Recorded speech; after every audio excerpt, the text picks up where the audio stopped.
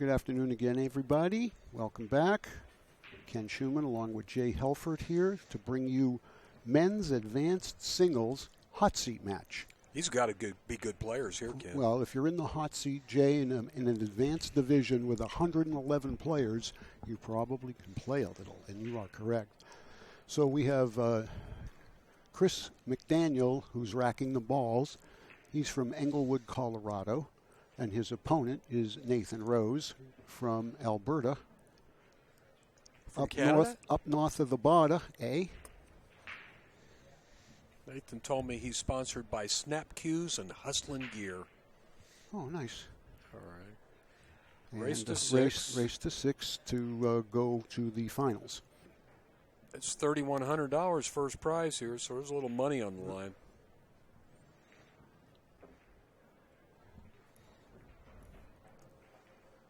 What were the earlier matches today that I missed? The first match we had was a men's. I had it written down here. So you've had a men's and a women's match. We had a men's open singles match, and it was actually a pretty well played match. Ryan Robinson was the winner, 5-1. He played very, very well. And then we had a women's advanced hot seat match between Bev Ashton, one of the Ashton twins, and one of the Larson girls, right? Ashton. No, her opponent. No, her opponent was Nicole. Not Nicole Larson? No. It was a different name. Can't quite remember. So who won? Did Bev won 5-1. She played very well. It was Nicole Helmer. I have it written down right Mike here. Helmer's wife. Yeah, She's Nicole a good Helmer. player. Right, but I think the nerves got to her a little bit, Jay, out in the arena. She missed a few routine shots that you wouldn't have expected her to miss. Doesn't this guy look like Justin Bergman? Yeah, he My does. God, he looks like a tall. Yeah, he looks like a tall Justin. Yeah. He'd like to play like him. Right. Well, like you said, this is a hot seats match on the advanced men's singles, so they got to be good. It looks funny to me, see all 15 balls. I've been looking at 10 balls for the last 3 days. Anyway, we're not really sure what we've got after this, but, we're kind of playing things by ear a little bit here today and trying to bring you the best possible matches we can. We believe we may have a final for you tonight, maybe Scotch doubles. I'm not 100% sure. I think we're going to get the finals of the Open 8-ball, men's Open 8-ball tomorrow. Uh-huh. Do you know that's a $9,500 first prize? Oh, yeah. Open 8-ball is always big money. Psh, that's pretty sweet. Right. Is he going at the 4-ball here with the cue ball? No, he's going to use the 7 to try to open the 4, and I like that because he's got the 6 hanging in the side for protection.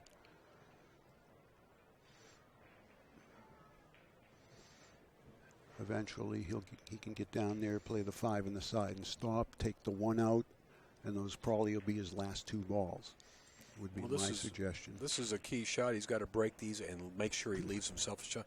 But he's got that safety valve. The 6 is his insurance. He just got to hit it firm enough to move the 13 away from the pocket. That's not good. You needed to go into that a much firmer speed to separate those balls. Yeah, he was afraid to draw the ball. Yeah, now he's going to have to go back at it again. That is going to create a problem for him in this rack.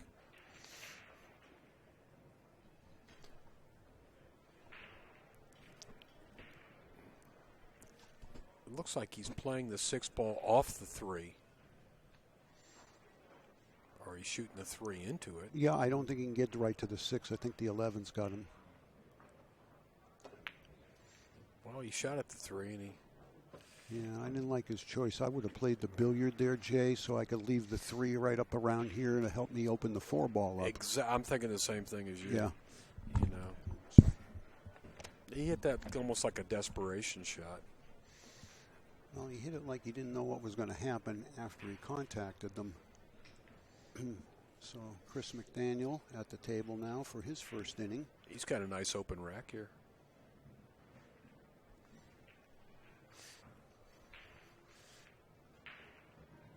Chris works at the, what is John Barton's cases called? You know, the guy. Oh, JB Cases? JB Cases. He works with John Barton.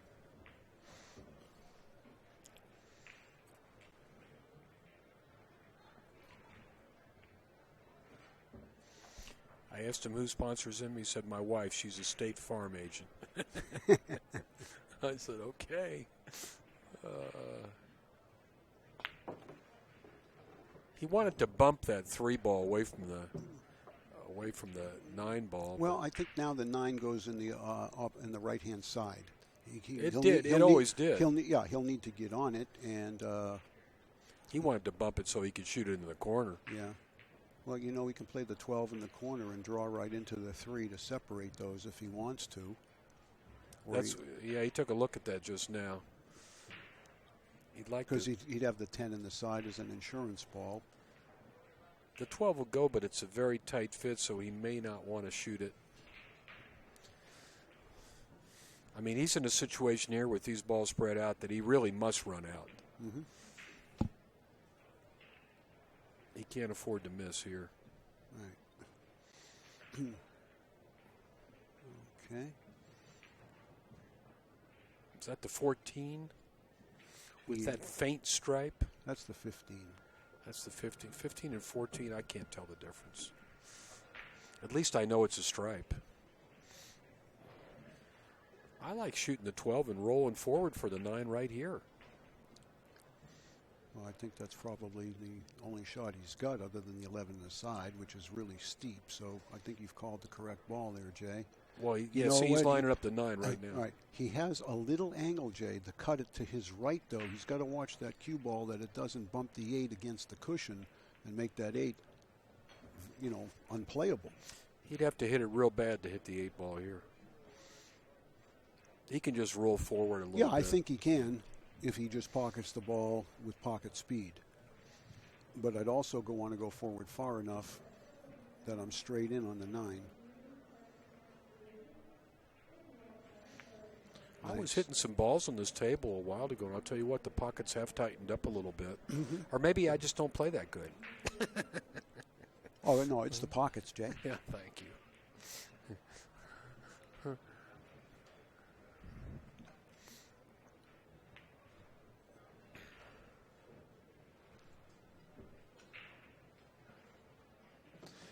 Looks good.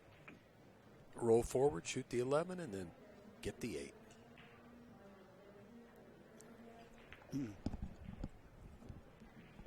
Only thing he's got to guard against here is getting the wrong angle on the 11 where he would send the cue ball towards the 4. Yeah, he needs to stay up above. He Exactly. needs to get up above that 8 ball. That's right. He wants to be in the top half of the table. Well, in an emergency, he could play the 8 in the corner by getting on the side rail if he doesn't get perfect on the 11, but I think he's done that nicely. Yeah, he's got it. All he's got to do is just draw the cue ball and let it slide up towards the 3. Exactly. Yep. About the only thing he could do wrong, Ken, is get behind the 3 ball. I don't see how he can do that. I mean, he'd have to really dig down to get on that side of the 3. I think he can just follow it. We're right English. That's what he's doing. That's safer. He's not taking any chances. Correct. Well, he could get behind the 3, couldn't he? Jesus, Jay. Huh? He's okay, but not by much. I didn't think he'd go anywhere near. I thought he'd go up above the 3. Absolutely. Well, look at this. It's tight. It's because he slow rolled it. Yeah, I guess. Wow. Look at this. He's got to kind of like. Has he got to twist it a little? Yeah, he got up too tight to the 3 ball. Well, he's all right. Yeah, I think it was easier than he made it look. Yeah, he made it look like he was doing something there. Okay. Game number 1, Chris McDaniel. Yeah, and that was on Chris's break, so more important to hold your serve, and very important, too, to win the first game of the match. I don't see an opponent down there on the next table. Well, actually, it's Louis, and he's walking in right now. Okay. He's been there like 20 minutes beforehand, his opponent didn't show. I had his opponent on the clock. Who's his opponent? Do you know? Yeah, his name is Steve Gertensen, and I'm not familiar. I'm not familiar with them either. But now, what's that match? Is it third and fourth place? I don't know. I would have to assume if this is the hot seat match, that's probably 3-4, where the winner plays the loser of this. It almost looks like it's a seniors match. I don't know what I didn't look at their score sheet to see what division they're in. They got seniors and super seniors. I want to play in the super duper seniors. I was going to say, you're not eligible for either of those categories. No, not yet. I'm still 39. Right. Yeah. Another few years I'll be getting in. Ken, I played the seniors 15 years ago. I want you to know that. I actually won my first 4 matches and was in the final 16, and I got a little overconfident, and they knocked me out. I think I won like $450. I was thrilled. Anytime I win money in a pool tournament, I'm thrilled. And I bet you still have it, too. Every dime. Every stinking dime. Well, money won is sweeter than money earned, isn't it, Jay? Oh, God. Oh, God, yeah. All right, well, here we go in the second rack with a pretty much of a cluster mess out there. I actually like stripes. Start with the 12. That's what he's taking. Because the 9 ball will be able to go in a combination, and the 11 ball, which is next to the 2 there, will go in the side if you get straight in on the 9-13. Yeah, it's conceivable he could make a run out here. Oh, yeah, definitely. I think it's all about getting straight in on the 9 ball for the combination. Is that the 15 next to the cue ball? Do you know?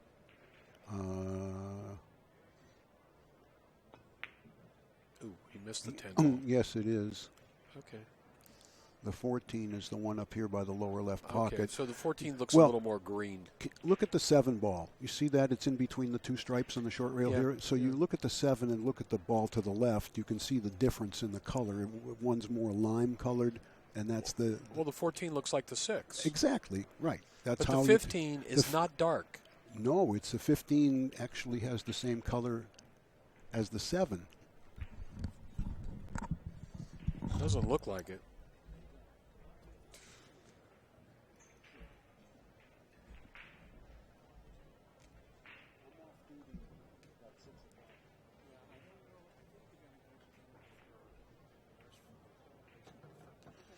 Well, now Nathan has taken the stripes.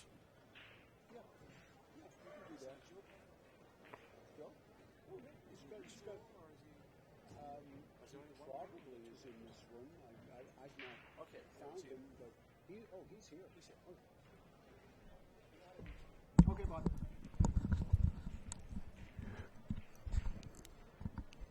He's playing a combination here. Nicely done. Except, I hope he can see this 10 ball.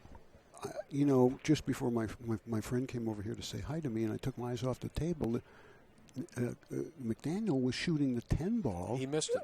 But why wouldn't he have shot the 12 in the side? I mean, it looked like a perfect place to start his run out. We'll have to ask him that. And he picked a more difficult shot. He turned the table over, and he wound up losing his opportunity to take the stripes. Well, now Nathan's got the stripes, and they're looking pretty good. I like shooting the 11 and following it down table and getting the 12 next. But that's not right. Well, he's going to get the 9 and then probably shoot the 11. Yeah. This is his key shot, is the position right here. Looks good. Looks good. Yeah, I definitely saved the 12 for last. 11, 15, 12 in the side.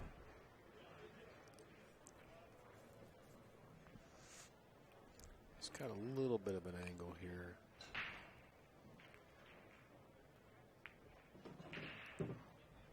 Needs a bounce. Ooh, he's right on the rail. So he's just going to have to roll this 15 in. I mean, ideally, he'd follow it and go around the 4 ball for the right angle, but No, he requires has a little to, more stroke. Yeah, he has to come across the table. He's got to get beyond the 4. Just maybe a little itty bit of right-hand English here. Even a high ball's fine, but you want to go halfway across at least. That looks good. Yeah, that's even. I mean, even if it goes too far, sure, he he plays in the corner. Yeah, that's even better. I think he'll roll it in the side. That's what he looked at. We're about ready to have a tie ball game here.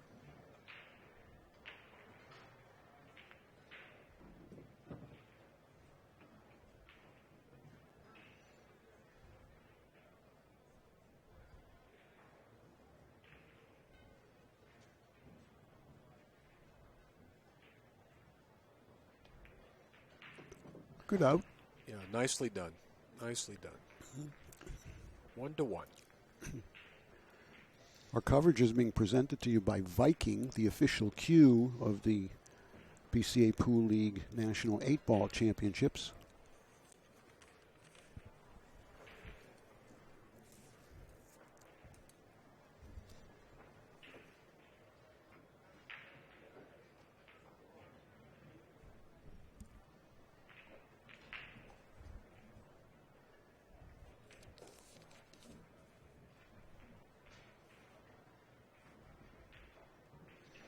Playing alternate break, so Chris McDaniel will be breaking this time.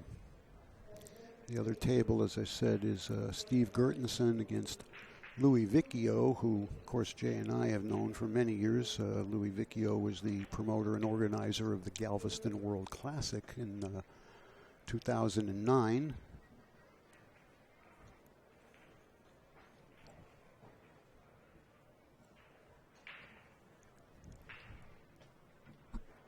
I think I've seen him since then. Well, he plays here every year, so I have seen him. He plays in the individuals, and I believe he has a team too. So I have had a little bit of contact with him, but basically here, and he comes to Derby.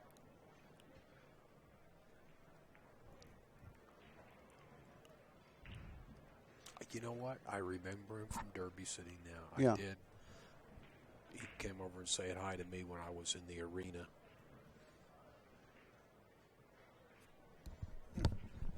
Chris, I can get that for you.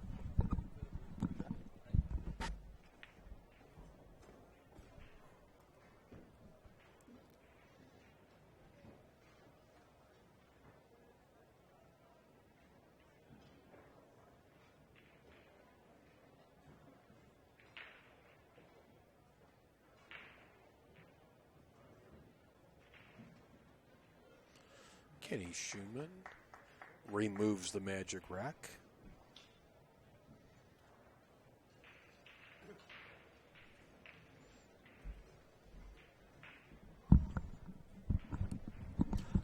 Job well done, sir. Thank you. He's playing the combination, I think. The 6-2. Yeah.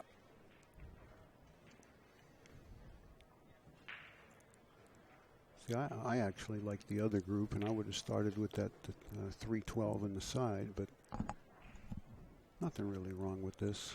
Just he'll have to get rid of the 1 ball to have a pocket for the 3 ball. I think he's just going to stop the ball and shoot the 5 down in the corner next. Yeah, but getting on that 1 ball is going to have to be like right now after the 5. He's going to have to shoot a stop shot and cut the 5 in. I mean, cut the 1 in.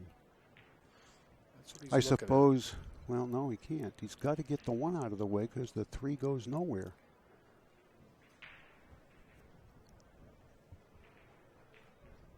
When you have a problem ball, the theory, and it usually holds true, is you want to get it out of there as early in the rack as possible while you still have other balls to get to later. Nice camera angle. I like that. Yeah, and that was a very correct and proper shot. Excuse me. He wouldn't mind going across the table and bumping the 4 here. Then he'd get the 3 next. Well, if it was me, Jay, I would use a little bit of low left and spin around the 12 and shoot the 7 next. Just like that. And then I'd use the 4 to connect me to the 3. That'll work. If he can play that position that way. Yep. The only reason I wouldn't want to leave the 4 for the last ball is the presence of those 2 stripes in the middle of the table, because the 8 has but 1 pocket. But if he can get on the 4 on the side, he can create the necessary angle on the 3 to slide over for the 8 past the 9, or he could follow for the 8 in the side. But so far, I really like the pattern that he has selected.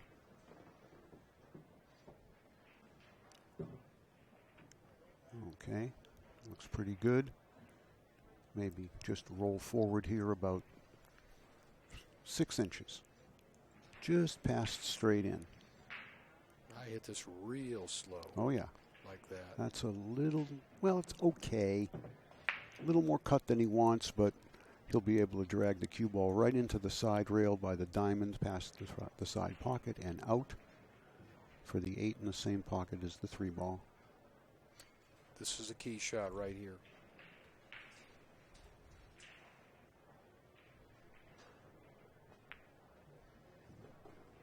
This looks pretty good. Yeah, this was a very workmanlike and professional out here.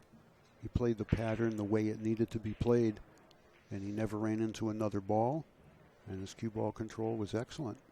You just got to make this little 8-ball shot. Nicely done. Yeah, perfect. Good work. These guys do play good.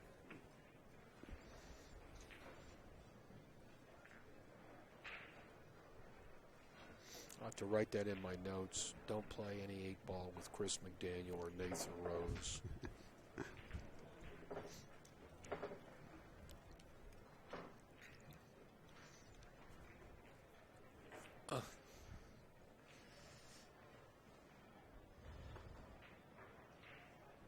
The only 9-foot table I see in the whole house is right behind the bleachers, the one Joe Tucker's using for his American rotation. I don't think there's any other 9-foot tables here.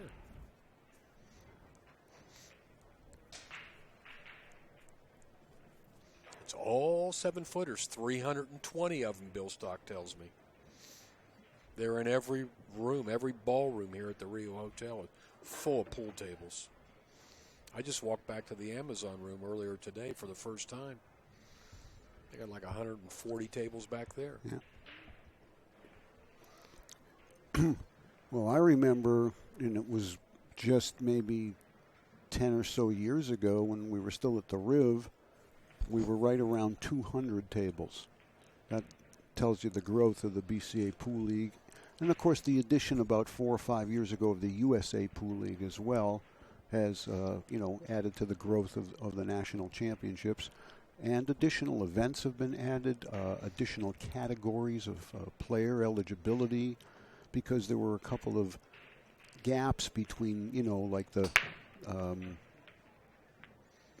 Grandmasters and Masters, and whatever the one was below that. I think it might have been Open, and then they created the division called Advanced, which is actually what we're seeing right now. This is the men's advanced singles. Is this below the Masters? I think it is. It's either below the Masters or it's in between Master and Grandmaster. I'm going to guess it's one step below Master. Well, you know what I'm waiting for? I'm waiting for that one-eyed, one-handed, one-armed division. Now, I can get in that. Maybe I'll be the only player. I need some division that's I got a chance. No, Jay, Bobby and I are going to sign you up to play with us in the booth tournament. Okay. We're assembling a pretty good roster. I got Incardona, DiLiberto, me, you, Bobby, and I'm trying. Just don't let Pat Fleming get in. No, I'm trying to He's a ringer. I'm trying to get Mark Wilson. Yeah, thanks. And you're doing me a lot of favors. We'll have a booth tournament. We've had a tournament directors tournament before. Yeah. Let's see who played. It was Steve Tipton, Pat Fleming.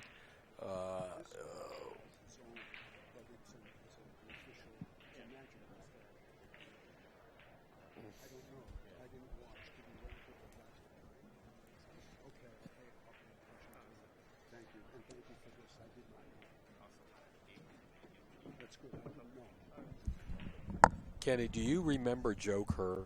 Oh, of course. Joker Productions. Yeah, he was a pretty good pool player, Yeah, too, he was. believe me. Yeah, he was. He played in our tournament directors event. Mm-hmm. Pat Fleming won that one. Oh, Scott Smith played in it. Yeah. Of course, I played in it. I played pool with Scott many times. There was 4 of us, and I won my match with Scott, and Pat won his match with Joe Kerr, and then I played Pat Fleming, a race to 7-9 ball, and he beat me 7-1. Oh, you beat the line. Yeah.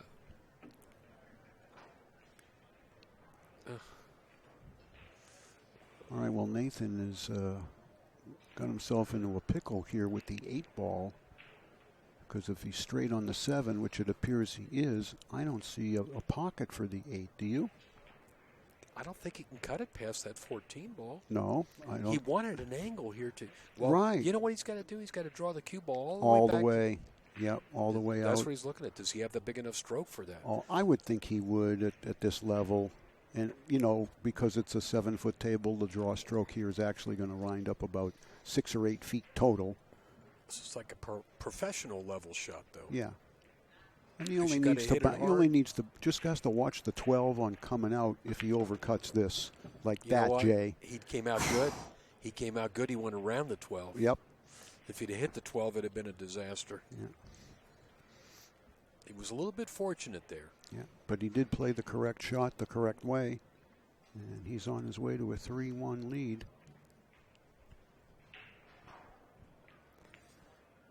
No problem there. All right. 3-1 it is. I'm telling you, he looks like Justin Bergman's older brother.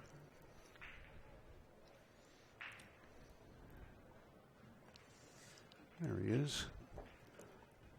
Nathan Bergman. I bet some people have confused him. Probably. Yeah. I mean, Justin's a lot smaller. Justin's only like 5'5", 5'6". Yeah, he packs a lot of power into that 105 pounds of his, though, Yeah, when he he does. breaks the balls. You know, he grew up with Justin Hall. They grew up together. Right around the St. Louis area. Exactly. Right. They got mentored by Mark Wilson. Now, you could do a lot worse than being mentored by Mark Wilson, let me tell you. They both turned out to be fine pool players.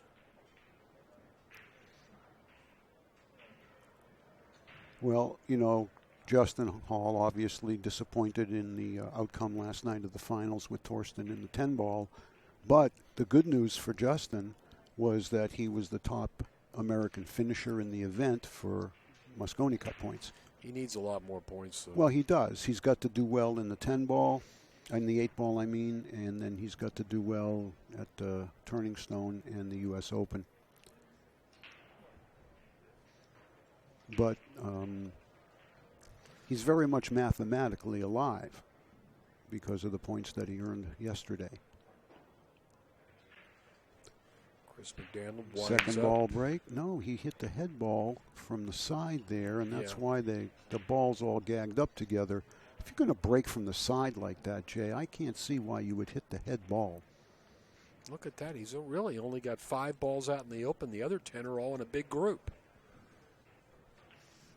I would use a lot of thought and care here in selecting whether I even want to start to run out, and if he has to, and if he's going to shoot, there's no way he shoots anything but that 6-ball down there. The only stripe he can shoot is this 12 in the lower left, and what good will that do him? He'll have no second shot. This is a tough run out either way. You know, a lot of people don't necessarily maybe think this far ahead this early, but I would not be opposed here, Jay, to picking solids, making the 6, and then playing safe off the 1 or the 7 behind the 8. I need a ball in hand here in order to get through all those clusters of solids and stripes. It might not be, you know, if I force him to kick, the only ball he can really kick out without doing damage to the cluster is the 12. So it's just, it's just one approach. I'm not saying it's the best approach, but it's always something that my 8-ball experience has taught me to look at when you have a rack that there's no real good apparent way to get all the way out. Well, he looks like he's thinking about playing offense, though. He wants to shoot the 6 and then shoot the 1 and get the cue ball down into that pack. But yeah, anything could happen. That's right. When you go into balls like that, you better have a plan, and you need to have an insurance ball. And he won't have an insurance ball. Well, the only insurance ball would be that 7 ball. Let's see what he's doing here. Is he going down into the pack now? Yeah, he's powering something up. Yeah, he's going through there. But look what happened. Well, sure. You have no idea where those balls are going to wind up. And now he'll be fortunate if he could make the 2 in the side. It might be his only shot, and I'm not even sure that's worth shooting. No, he can't shoot that. He can't shoot that. He's got no shot now. You see now how powerful a safe would be if he did it earlier? He's going to shoot the 2 in the side because it's his only shot. You got to watch the cue ball scratching in the other side. That's what I thought. He just couldn't quite see enough of it to cut it in. Mm-hmm. Well, he was pretty fortunate to get the cue ball buried in between the 4 and the 7. Can Chris see the 15? That's the ball in front of the spot near the 5? No. Okay, he can't. So the only stripe Chris can hit really is the 10 ball or the 9 ball, and he can't pocket either one of them. The 10 could conceivably play a combination on the 9. I think the 11 might be in the way, Jay. It's just close. Barely. It's close. Yeah. No, maybe not. Maybe not. If we can see that camera angle, John Baker's camera, when he moves out of the way. There will is go. room. There, it you're will right. go. But it's touchy. I'll tell you what, if he could make that combination, it would open the balls for him. Well, it will. He'd have to hit it kind of firmly enough to move the 3 away from the 14, because that's where the 3's going.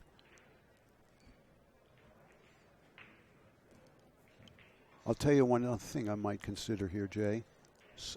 Soft kick at that stripe up on the foot rail and just lay it right there. That's not bad. He called something, though. Yeah. He just called.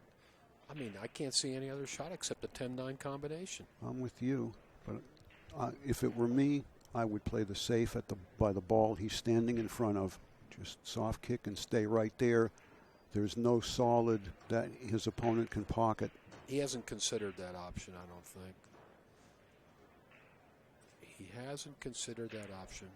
The last thing he looked at was this combination, and now he's going to shoot it. Well, I don't blame him if this is his decision, but he better have a plan to get all the way out. And see what the problem's going to be is the 10's not going to go very far after this, and then the 11 is still going to be blocked. I think if he makes it, he's going to. Oh, he didn't even come close. Did you see how he jabbed that ball? Yeah. I mean, he did not put a good stroke on that ball at all. He didn't get. I would have, if I'd have shot that, Ken, I would have slow rolled into the pocket. Of course, Jay. Of course. Now he got even luckier because the 9 took up the side, so Nathan can't play the 5 there. He has opened up the pocket for the 3 ball, though. I kind of like the way these are sitting, though. Start with that 2. All those other balls will go. Well, He's got pockets for everything. Well, he took a look at the 4 and the 7 to see whether they were makeable. And I think if the 7 is makeable, that's the shot right now. He could also shoot the 3 right now. He's calling the 7. Yeah, nothing wrong with that. I like the 3 first, though. Well, I kind of do. I actually would have shot the 3 and then Here goes the 3 and then now. removed the. He wants this angle. I think he can slide over and shoot the 5 in the side. Yeah, or the corner where he's standing.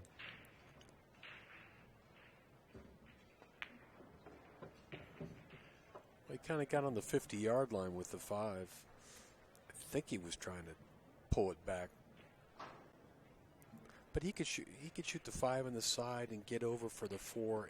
And let's see. Well, this is the one where he's got to play some shape. Yeah, he here. draws it into the long rail to play the 4 in the same pocket. It's too hard. It's way too hard. A little bit hard. He got a little bit out of line on the shot before. Now he's got a problem. He's calling the 4. He's going to have to shoot the cue ball off the 8. This rack just got tough. And you know what? In 8-ball, if you got the balls like this and you don't get out, you've basically given up the game. You think he's cutting the 4 on the side? Yeah. Wow. I don't think he's got any other shot. I might shoot the 4-1 before I'd cut the 4 on the side. I don't want my cue ball flying into the 8-ball like that. That 8-ball could go right in the corner pocket and he'd cost him the game.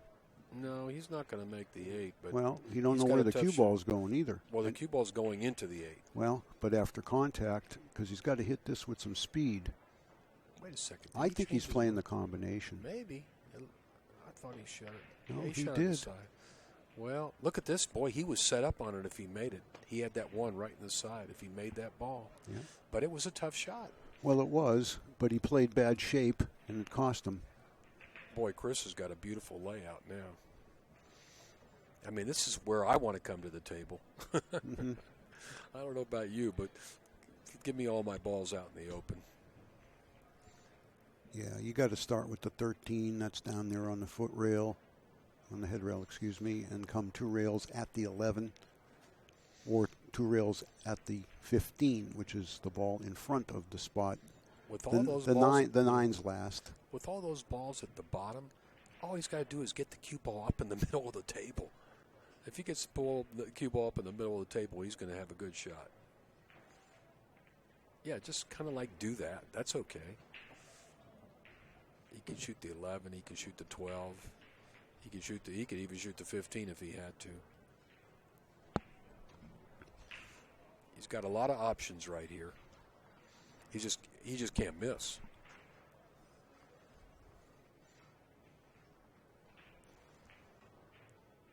I like coming across the table.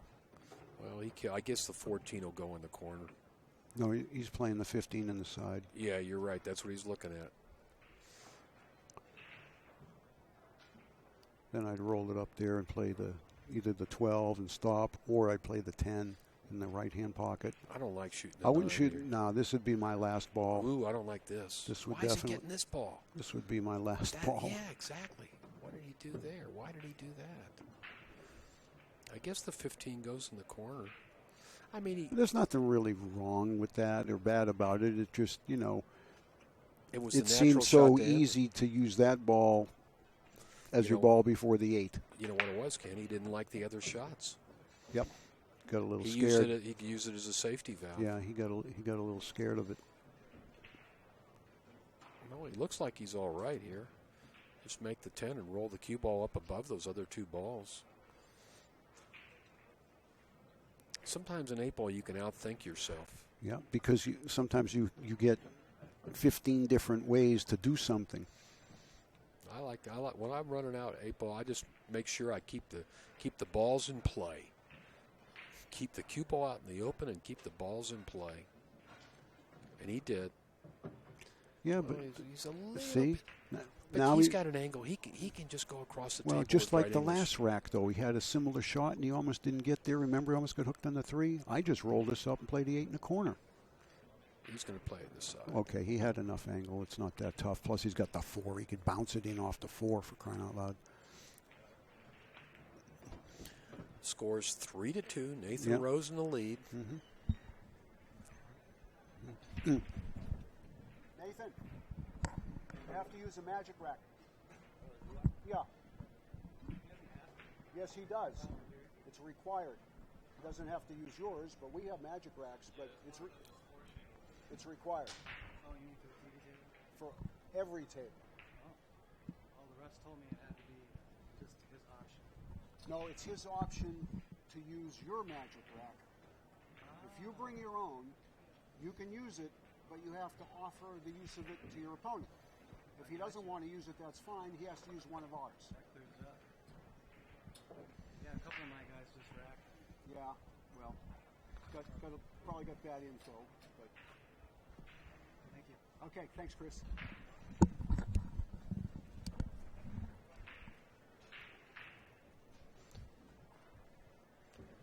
Nathan Rose wanted to use the wood triangle that comes with the diamond table, and Kenny had to inform him that you must use the magic rack.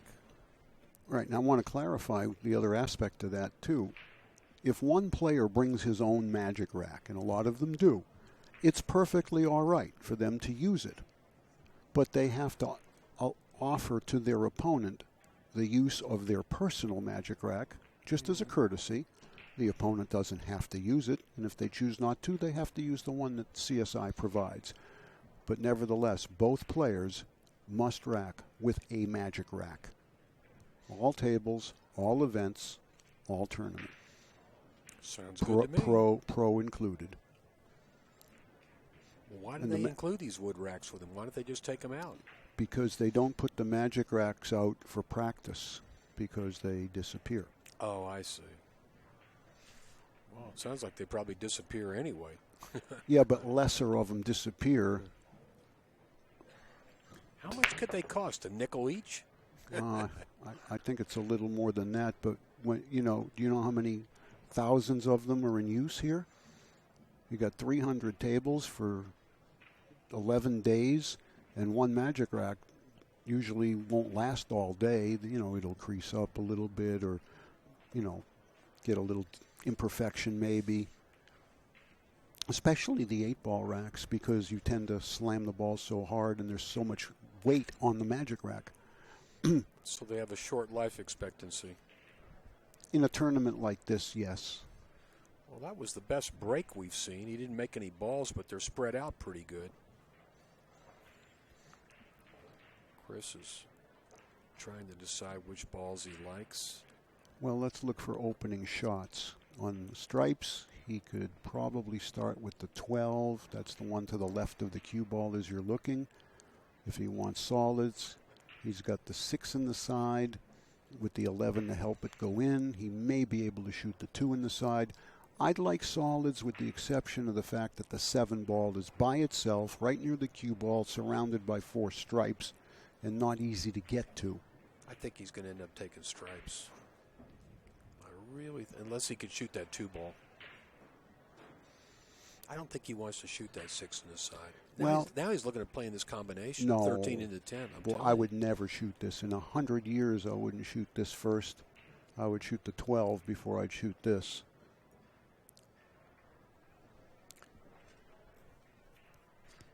I think his second thought, shooting the 12 is he pushes the 9 to the side. Well, I realize that, but I would still shoot the solids, because I could use the 2 in the corner to get me down there for the 7.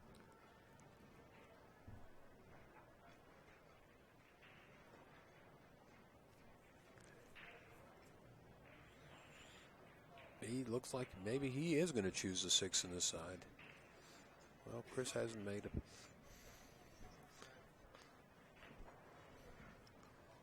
I think this is a good choice here. Most important decision in 8-ball is which balls are you going to take? Because once you take one, you've committed yourself. You can't change later. I think he's going to roll this in and go down all the way down for the 5 right now.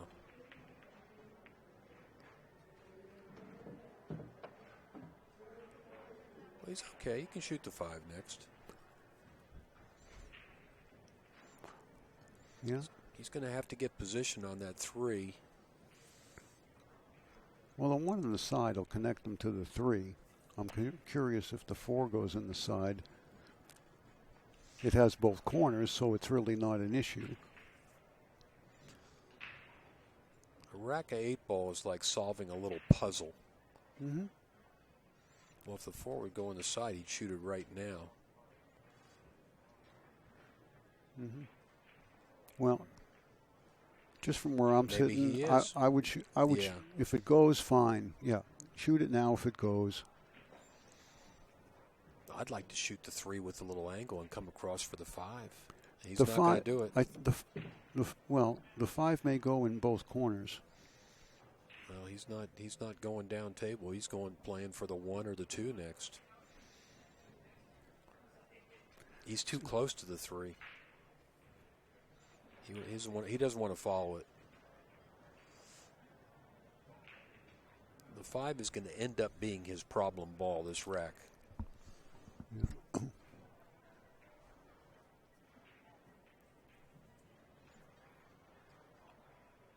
Shoot the 3, draw the cue ball 4 inches, straight in on the 1 in the upper left corner, float forward for the 7, and then the 2 connects you to the 5. He's still trying to figure out a way to get to that 5 ball. Well, I think he made a mistake when he shot the 4 on the side. I would have shot the 5 ball and sent the cue ball at the 15, which is the ball near the 2. Trying to miss it and get down there for the 7. If I don't and I run into the 15, I've got the 2, I've got the 1. Yeah, I think this is good if he's nice and straight on this. This is not an easy rack right now. Right, now if the cue ball's headed to the stripes, he's got to be real careful. It looks like he'll be able to clear them. This is all about your speed control. Pocketing the ball is not difficult. It's all speed here. And you have to go too far versus too short. He's got the 7 on one end and the 5 on the other end. And it's not going to be easy to get them both. Well, it is now. I like that shot. Oh, Get the 7, great. get the 2, and then come down for the 5. Right. That could work. Yeah. He may have solved the puzzle of this rack. If he shoots good here. Well, he needs the cue ball right where it is now after he shoots the 7. Yeah, that would be ideal, wouldn't it? Uh-huh. And either angle on the 2 is okay, Jay, because the 5 goes in both corners. Well, the good thing is the 2 can go in the side or the corner. Correct. He's just got to draw that ball back. Make sure he gets past the 9. Don't get up into those 2 balls there. Yeah. I would make sure I hit the second rail here. Like that? Yeah, but I would have done it firmer. Would have wanted to have a little bit, excuse me, I would have had a little bit less draw, more of a center left there, so I would have cut down the angle coming into the 2. Well, he went a little further than he wanted to. He's going to have to go back and forth across the table position. Yeah. Just a high ball, no English. You'll hit right past the first diamond, past the side pocket, and then slide over by the 8. Yeah, he's got such a severe angle. See where he's aiming? That's where he wants the cue ball to hit. Yeah. With that angle, he just has to hit it flat, like center ball. Right, but you got to be careful here because if you undercut or overcut the 2 ball, the cue ball's path could go at the 14. You got to be careful. Yeah, you got to be careful not miss it. He hit it good. He hit it good. He hit it good. He hit it perfect. Okay. He can just basically just stop and let the cue ball just bounce off the end rail and shoot the 8 in the side. I wouldn't though. I mean, I see your shot, Jay, and it's nice, easy on the cue ball. But I wouldn't want to shoot into the side from there when you've got a natural 2 rails forward to the middle of the table for the 8. It really depends on what he's comfortable doing. But you're right. He was going it's above It's a little steep into the side from where he is. Let's see his cueing. Hit nice cue action there. Nice cue action to get above that ball like that. Well, this was a puzzle rack, and he did a really nice job in negotiating through it. We got a tied ball game, 3-3. Now it's a race to 3 to get to the hot seat. Very impressive. Good job there by Chris.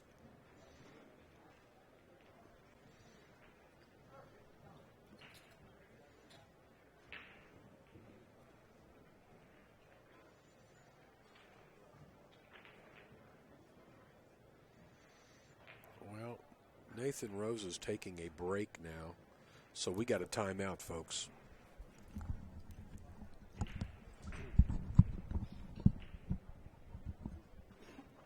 Tim, timeout. Oh, well. Well, that's still a timeout. Well, it's a timeout. Well, no, wait a minute. He can't take a timeout. It's not his turn. He can do it if Chris McDaniel says okay, but that should be his.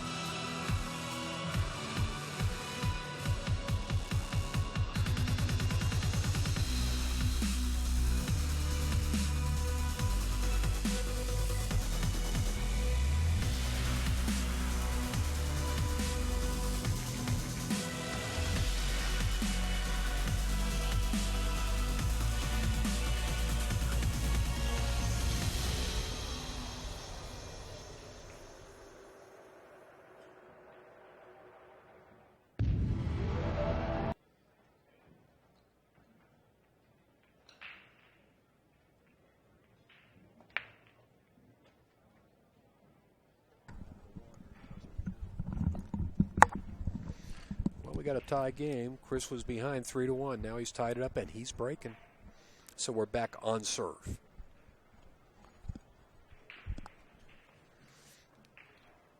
This is for the hot seat in the men's advanced 8-ball. $3,100 on top in this tournament, so there's a lot on the line here. Now, I suspect if this is race to 6, maybe if it's a single set final, it may be a race to 7 or 8. I don't know. Excuse me, I agree. I don't know how the finals are set for these divisions, whether it's true double, excuse me, or extended. Well, when the time comes, we'll find out.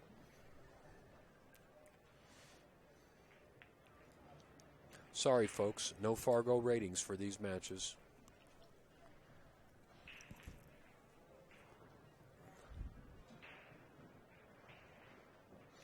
These guys can't seem to make a ball on the break, Ken. Yeah, the balls aren't opening much.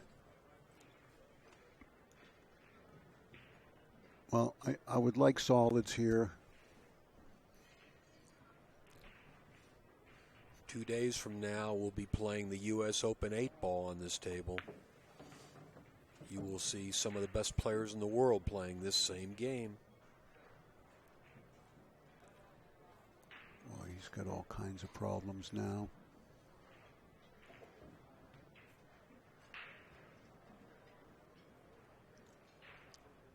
As much as I understand why he did it, I would not have gone into the 6 there.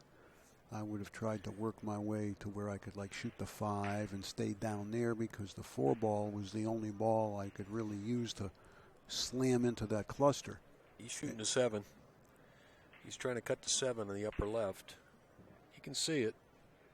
Let's see how straight he shoots.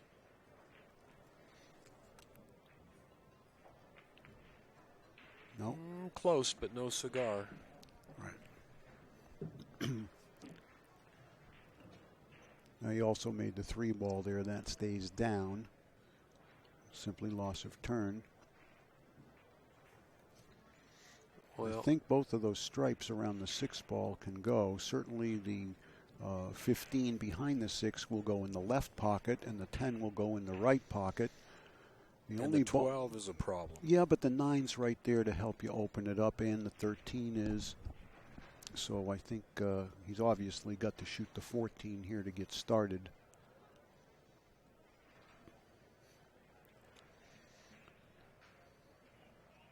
But I would come forward off the 14, and I like what he's looking at to shoot the 9 next. Open the 4. All you got to do is move the 4 out of the way, and the 12 goes in the side, and you can stay right there, and the 13 on the other side's your insurance ball. Like if he was somewhere where the 11 ball is, that would be just sweet. I don't know if he can get quite there. But you don't have to open that cluster up. All you got to do is move the 4 ball out of the way and open up the airway for the side pocket or even the corner.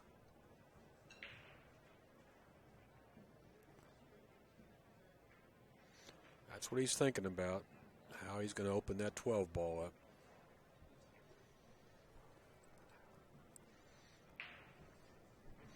He's calling the 13 first to get the angle on the 9. Once again, tricky little run out here. Oh, he's going down to take that 15 ball first, which is not a bad idea.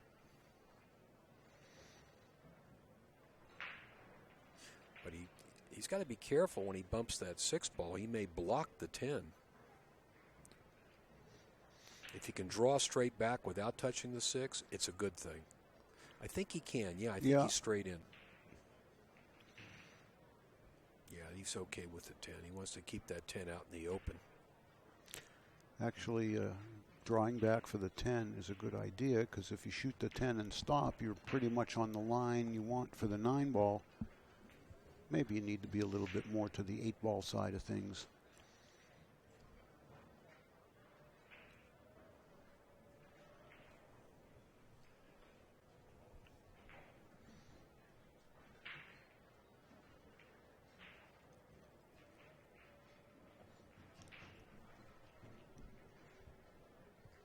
There's a lot you got to think about to run out a rack of 8-ball.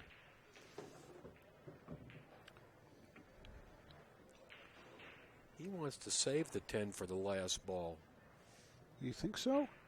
Well, that's the way he's acting right now. Yeah, but it's tight. You'd have to be awfully precise on your position for that. Well, the good news about it, if he saves it for the last and he stays above it, the 6 ball will hold the cue ball. He can shoot the 8 in the side, but let's see what he does here. I wouldn't touch that 12 ball now. Well, he's not going to, I don't think. Oh, he shot it. That was smart. Well, he shot it. He played it off the 8. It was smart, and at the same time, it was high risk, Jay. He had no idea where those balls were going. Now he's made the 8 a little tougher because of where the 4 wound up. You shoot the 11 in the side. I still think the 10 ball is going to be a bit of a problem for him. Well, the 8's a problem now. Yeah, but he's got problems long before the 8. Oh, I can see him making the other balls, but yeah, once again, he's going to have to move that 4 ball out of the way.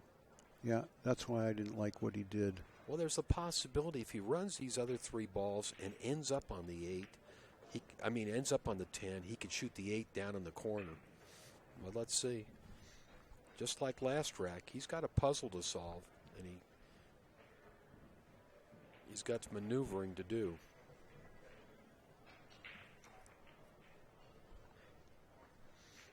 We know he's going to shoot the 11. Probably shoot that ball down in the corner. What is that, the 14 down in the corner there? I can see the possibilities here. It's just a matter of playing good position on every shot. He can run this rack the way they're sitting. Well, I see a possibility here. 11 in the corner, but you'll hit it into the cushion and have it go off the stripe. And your cue ball can move the 4, 8. No, he ain't going to do that. He's going to shoot the 11 in the side, shoot the 14 in the corner, shoot the 12 down here with an angle and come across for the 10, and then shoot the 8 in the same corner as that ball that's hanging. That's the way I see it. I don't know that that's what he's going to do. I see your pattern, and I like your pattern provided he has clean access to the 10 ball. Well, it's all about how he plays position on it. Well, let's see. He's taking his time here. He knows this is going to be tricky.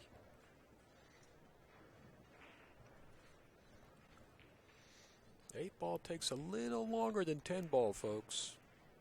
You got a lot more options. In 10 ball, there's only one ball you're shooting at each time. Yeah, 8 ball is mentally taxing.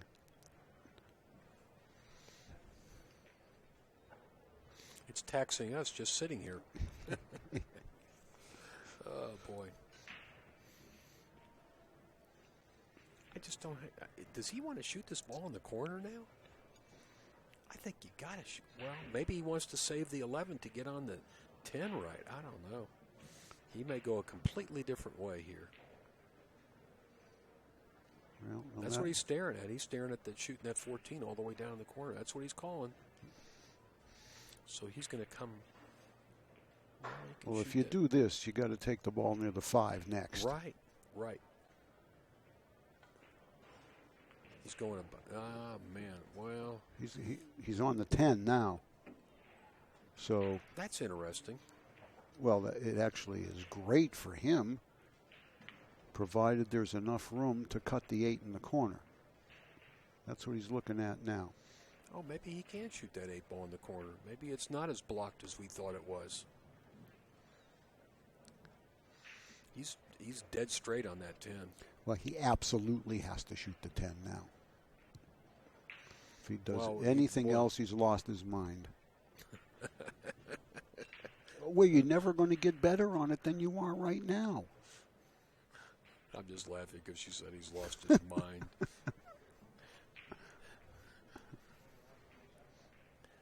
Called the 10. He didn't lose his mind. Ken's going down to make sure he makes a good hit, but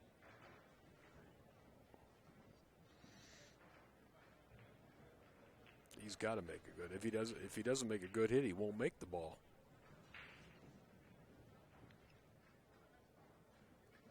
I don't think the 6 ball will even move.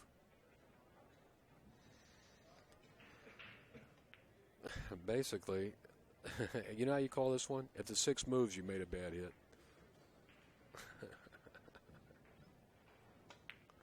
There you go. That's a hard call, isn't it? I'm sorry, folks.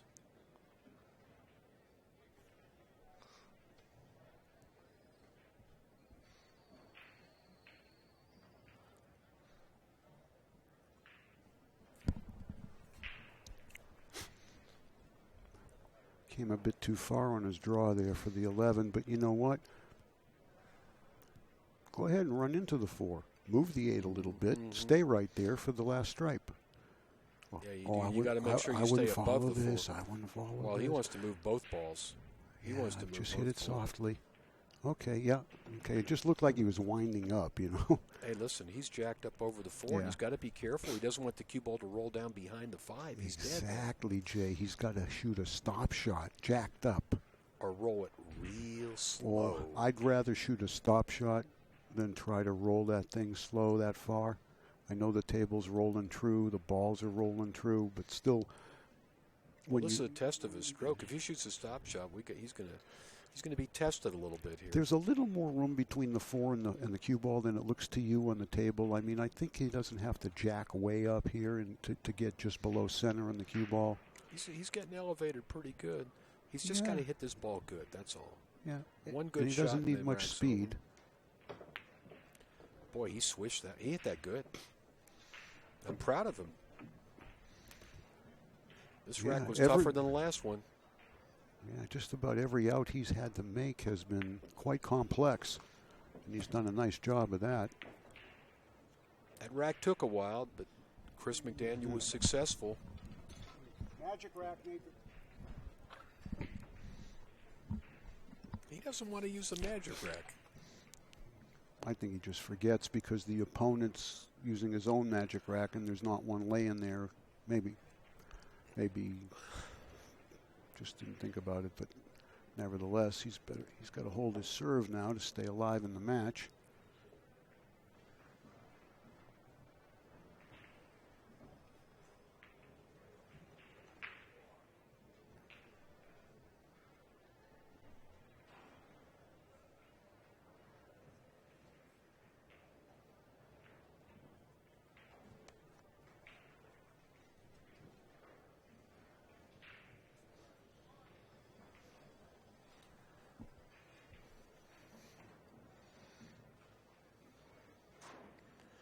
Chris has won 3 games in a row.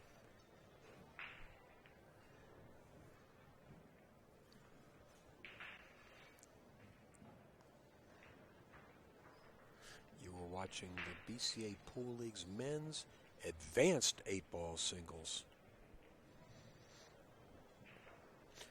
And when I hear the word advanced, what that means to me is they're better than me. If I hear the word masters, then I bow down when I see them. Jay, when you and I hear the word advanced, we think people are talking about our age. That's true, too. Pretty good. They cannot make a ball on the break. What's going on here? Yeah. You're supposed to make a ball in 8-ball, aren't you? Yeah. I mean, when I used to play a lot of 8-ball, which I did when I played in pool leagues, and before that I gambled a lot in bars, I always wanted to make a ball on the break. I wanted to be shooting. I didn't want to give up an open table.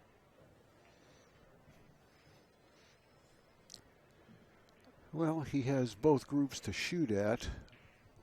I'm going to shoot stripes and start with the ball on the side. And the reason for that is I'm pretty sure I can open that 3-10 up because there's 2 balls near the side pocket to help me do that. If I take the solids, it's very difficult to get to the 3 and the 4.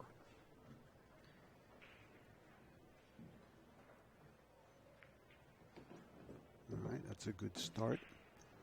I would try to, I think the ball that's near the 8 right past the 8 is the 13.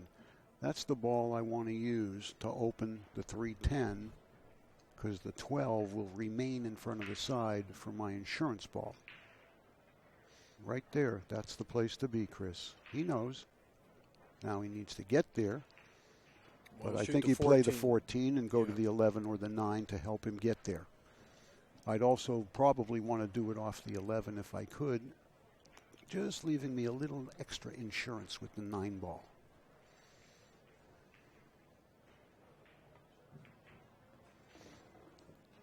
It sounds to me like weak. you know this game pretty well. You've played a lot of 8-ball on bar I tables. did play. Well, I've played a lot of 8-ball, not very little on a bar table on a 7-foot J. There weren't any when I was growing up playing pool in New England. And I never went to bars anyhow, but I played a lot of 8-ball as a young man on a big table, and the games, approached the same as far as pattern and breaking out balls and all of that. But that's why I love 8-ball, because it's a test of your mental ability as much as your ball pocketing skills. That is not the right thing to do there. I don't know what he's looking at. Of course. Oh, he's looking at the angle. Oh, okay. If he shoots that 13 ball, where the cue ball is going to go. Oh, okay, that's what he's looking at. Then shoot the 9 and stop, right? I would think so. Shoot the 9 and stop. You're on the perfect angle. You're on that angle, yeah. Right? Which is exactly what you want to do. What? He's not thinking about shooting a combination. Give me a break, buddy. I hope not. Then I will say he lost his mind. Yeah. See that's where you he want to be. He doesn't have to. Yeah, right. that makes more sense right there. Shoot the 9 right. And you come right there. You go into the 3 firm with the cue ball. You move the 10 near the pocket. You have the 12 for insurance. Well, if he does it this way, he's got safety valves. Right. This is the correct approach.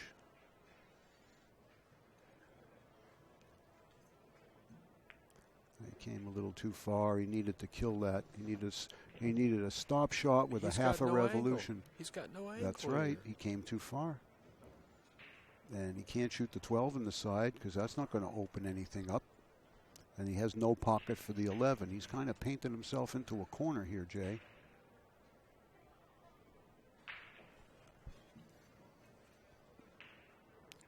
If he has an angle on this, it's the most deceiving looking shot I've ever seen. Well, he's looking at, can he go through that little opening between the 3 and 10? 4 and shoot the 10? Maybe. See, look at that. Yeah. Look at that. Well, maybe he can. Well, he may have to. He may have to shoot it by going rail first. Well, no, look, yeah, it's pretty close to the rail. I think if he does rail that, first, you risk a foul more Yeah, than you do if you go right at the 10, because you can cut the 10 off the cushion a little bit and it'll still go. This is a stop shot right here, I think. Boy, he's loading up pretty good. Yeah, what's he doing?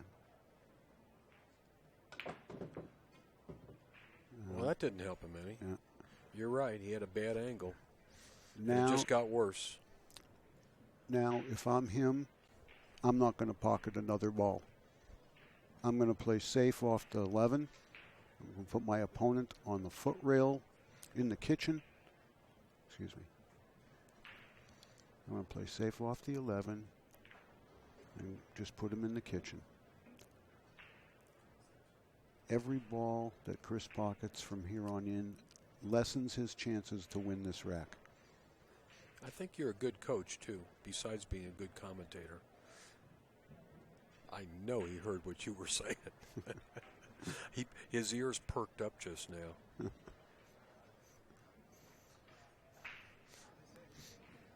Let's see if he does what you said. I mean, even if he hears you, he's got to make the choice. I mean, he could shoot the 12 on the side and then the 11 and try to break him out, but I'm like you got to play safe here. Well, right now, his opponent can't run out, and I don't want to do anything to help him. So I think it's a mistake to try to make a ball here.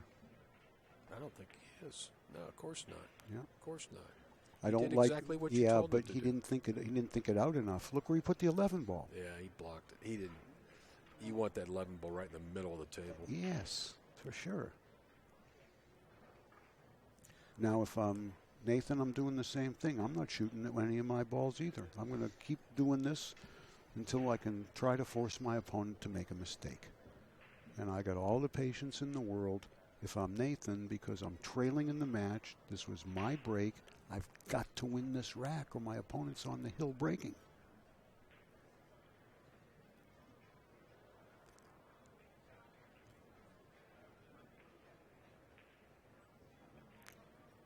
I would roll the cue ball on the 2 ball. He's playing this.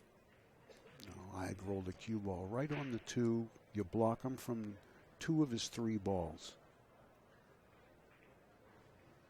Watch the scratch cross corner. Well, he's got it buried here pretty good. That's good. Well, I think he can see the 12, but again, I wouldn't try to make it. I'd hit the 12 into the 11 to try to have the 11 move the 5 so it has a pocket, assuming he can get to that part of the 12, like right on the number. But I would not pocket this ball.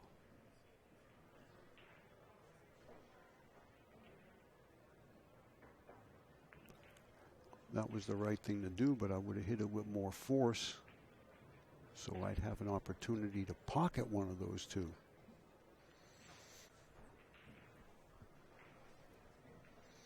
Very tactical game here.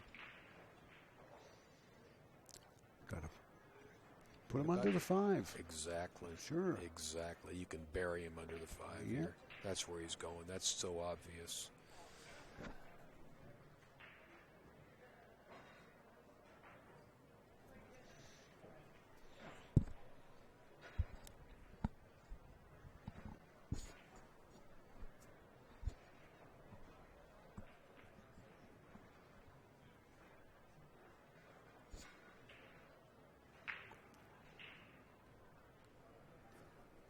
I think maybe he's partially blocked from hitting what we're on the 6 ball he needs to hit.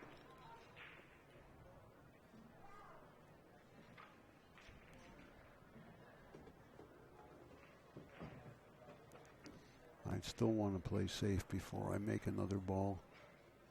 I think that's okay there, but every time he knocks a ball in, he's making it a little tougher maybe later on. Well, maybe he thinks he can break him up. If he can break the 4 and 3, he's going to get out. Is he going to load up right here? No, this isn't the time to do it. If you're going to do it, you're going to do it off the 1 because right the 2's your insurance ball. Right now. He's got a perfect angle. He can run out. See, Kenny, that's the way I always played 8 ball is if I could break him up and run out, I would. That way I don't have to worry about my opponent coming back to the table. I like closing him out if I can.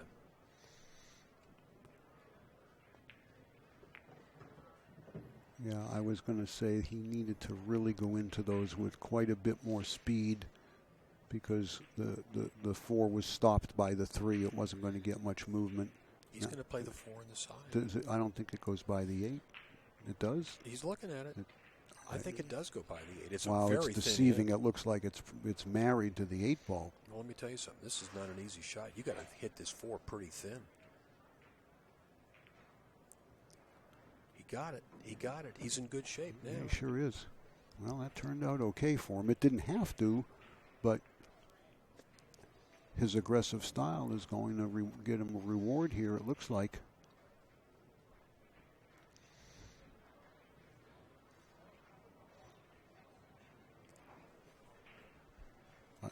You got to shoot the 3, absolutely.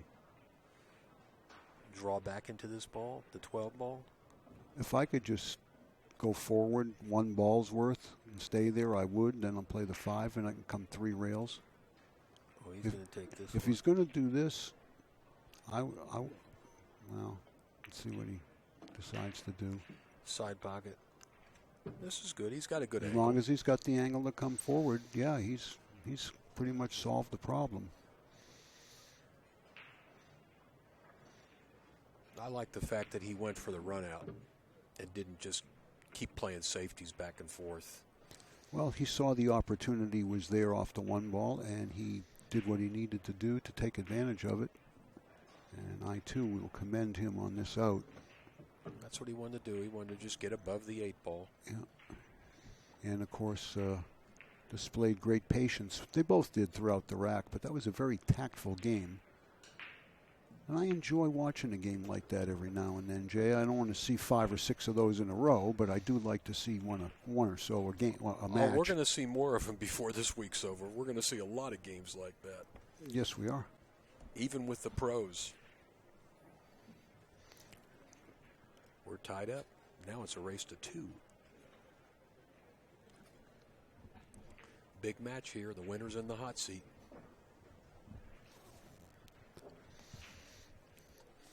On the next table,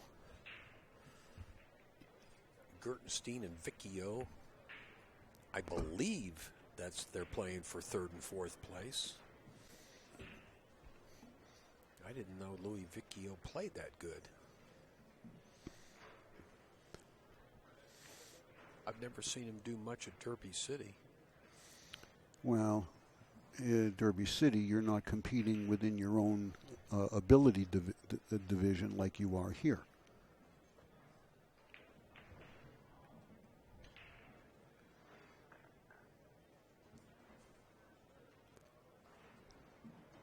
You know, Derby, you can get lucky and draw a shortstop, or you can draw 5 world champions in a row. Well, let's see if they can do a little better job of getting these balls to open up. Every rack's had a cluster. The first couple games, they busted them wide open. We had a few runouts. All right, he's moved to the other side of the table, but if he's going at the head ball, I just don't understand why you'd break from the side into the head ball. Let's see what he does. Yeah, he did. See him all gag up there? He made it solid. Now, is it an open table, or does he have to shoot It's solids? open. It's open. It's not take what you make. It's always open after the break. Well, that's a very friendly way to play. Well, it's the way of the world. That's the way it's been played for a long time now. When you and I started out, you did take what you had to play. Take what you make. It was a little more difficult game, I'll tell you. Well, yeah, because every scratch or foul was ball in hand behind the line, and you know, sometimes a ball would have to spot. So the game's evolved quite a bit, but I don't think you should get punished for making a ball on the break. And if you play take what you make, that really happens a lot. Well, it adds an element of strategy that is not here now. Yeah. I'll tell you, listen, the big change that I saw, whatever had happened like 10, 15 years ago, was when they took away the 8-ball on the break, because it's an achievement to make the 8-ball on the break an 8-ball. And it's not. I've always felt like it should be a win, but it's no longer. It's very difficult to do, and you'll rarely see it made on the break with a head-on break. Usually the second ball break is the break that gets the 8-ball moving. Exactly. But he doesn't have much to shoot at. It's a trade-off. Yeah, he doesn't. I think if he can see enough of it, I'd be cutting that 13 ball in the corner. Now he's looking at it, I think. Yeah, that's the shot.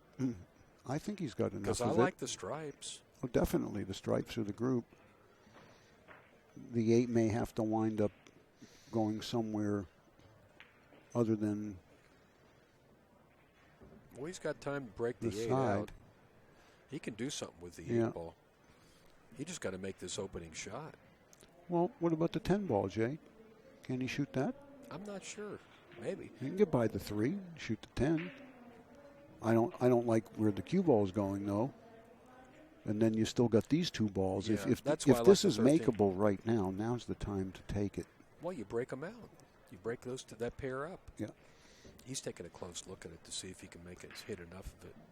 Yeah, and he doesn't have to worry about a bad hit or anything. Exactly. That's the ball. Just cut it in like the other ball isn't even there. Yep, that's what you do. You imagine the other ball isn't there.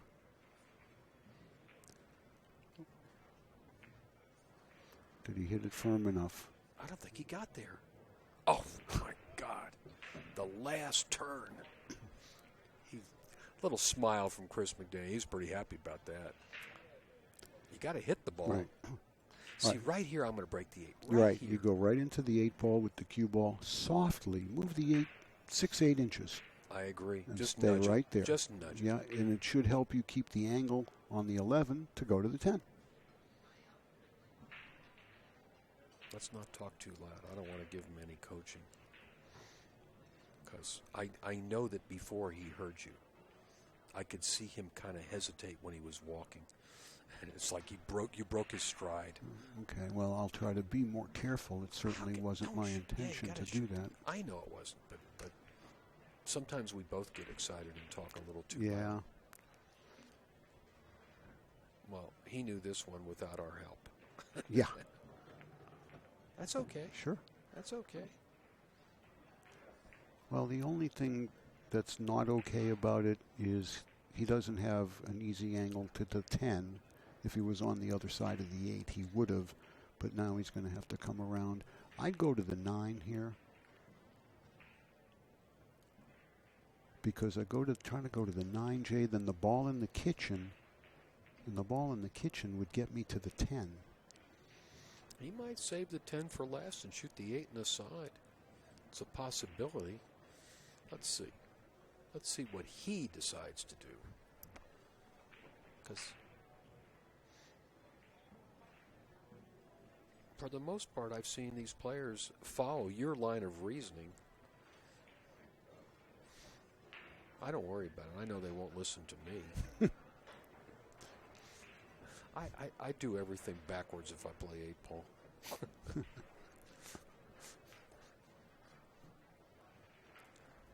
I mean, actually, they're sitting pretty good right now as far as I'm concerned.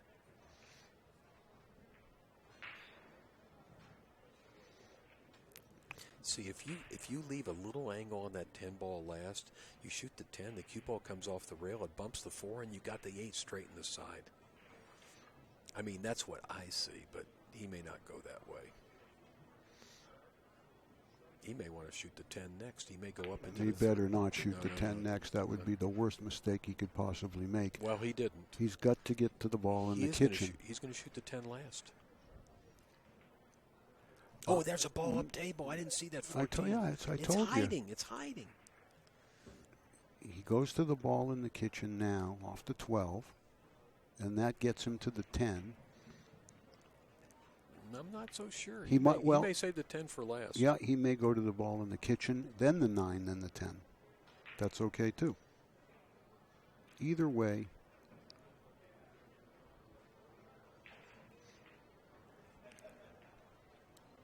the reason I go to the kitchen now for the 14 is I'd be too afraid to get the wrong angle on the 9 where I'm going at the 2-1. Well, you got a lot of pockets for the 9.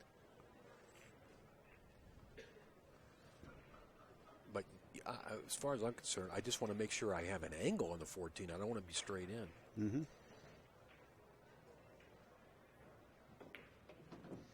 Oh, he's going 10 next.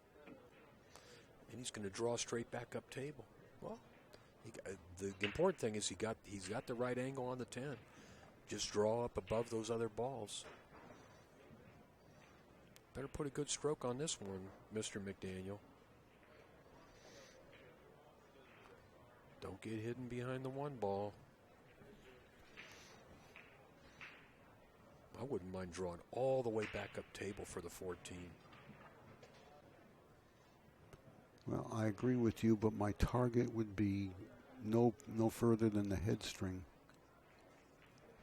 I want a pretty big angle on that 14. That would be ideal. That's too far. Wow. Where are you going? Okay, it He's stopped. got an angle. It stopped just in time. He's got to go around the 5 and the 7 there. He's got to duck those 2 balls. Well, you can also hit this with a dead center ball and come straight down the line. See where his cue is? That's where he wants to be. Right. I wouldn't risk the 2 rails through the gap. I'd center ball this and come straight up. Only because I wouldn't want to risk clipping the 7. I think you got to hit just below center. I think you got to kill it off the see? You got to kill it off the rail a little bit. Center ball goes into the rail, comes straight out. He's okay. Even though he went far, he can go 2 rails now out of the corner and be okay for the 8. This one's center ball. Just hit it center ball and let the cue ball roll. I'd shoot it with a little bit of inside English. Hold the angle. This is not that hard a shot. You want that cue ball to come off the second rail and just come straight up the table. Ooh, he's drawing it. I like what he's doing. If he can hit it this way, I like Low it. right. The 2-rail shot brings the side into play. That's too far. No, he's going to be all right. That's way too far. He went a little bit far. He should be able to make this, though. Oh, boy, Jay, that's a 90-degree or more cut. No, it's not. Yeah? You think so? 45 degrees. Hey, these are advanced players. He's supposed to make this ball. Okay. The only thing is he turns the cue ball loose a little bit. Yeah, but the five protects the corner pocket. Yeah, that's important. And yeah, it's like you said, it's a free shot. Just get up there and cut it in and forget about the cue ball. This is one of those shots, though, that it's so thin, you have to put a firm stroke on it to get it to the hole. Yeah, don't hit it soft. Don't hit this one soft. I'd say medium hard stroke. Mm-hmm. You don't have to kill it, though. It'll get there. You're only 2 diamonds from the pocket.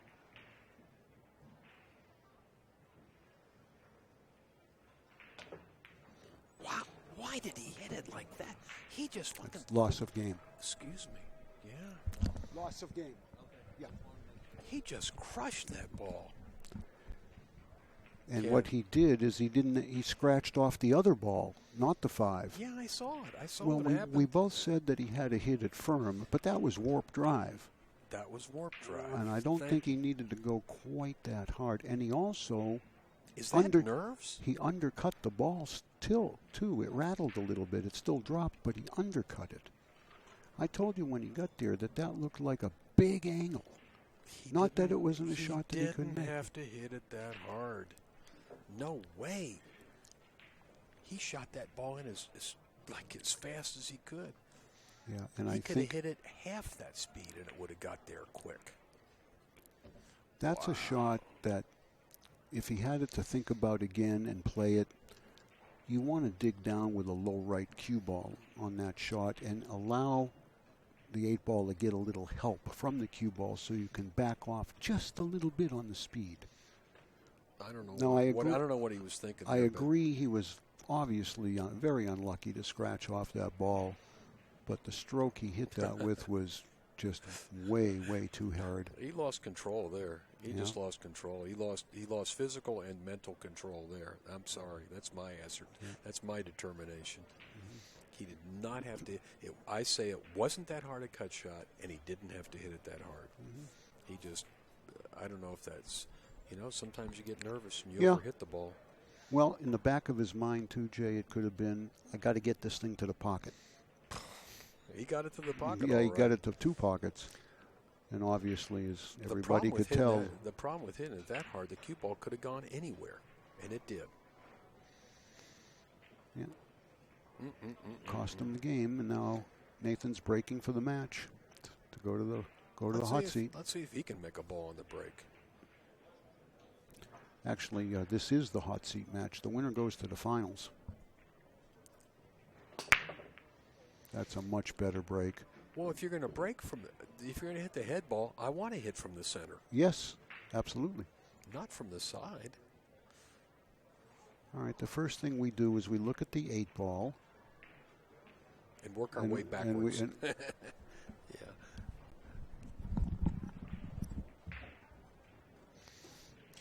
Ken's going to go out and remove that triangle for these guys. He's going to have to spot the 8 ball, I believe.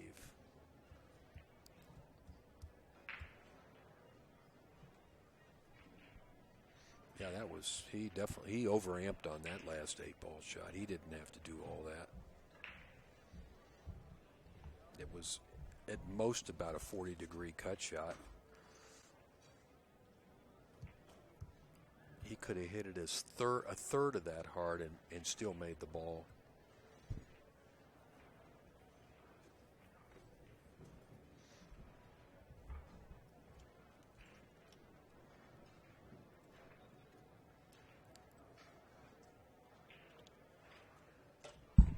Looks like he's starting with the 4-ball here.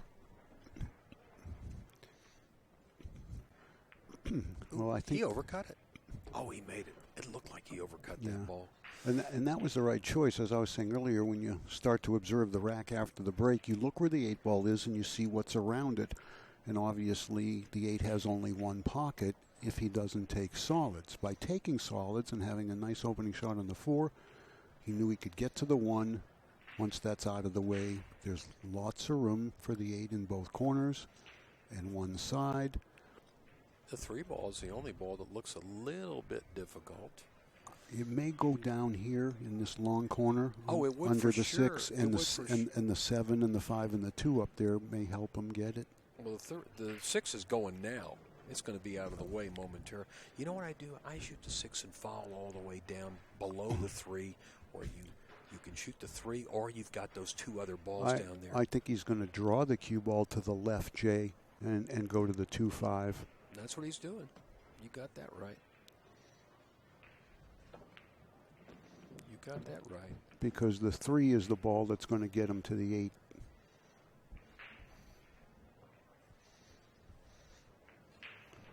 This match should be over. Unless he makes a mistake somewhere. I play the 7 now. And then the 2. He's just going to kill this It's ball. okay either way. Yeah, it's okay either way. It's just that I don't want to be too thin on the 7. Nice. He put a little bit of inside on it. Pretty much he can stop right there and just shoot the 3 and follow down.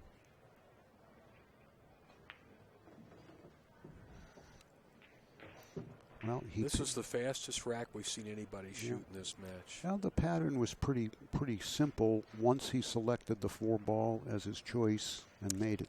He almost missed that 4-ball. Yeah.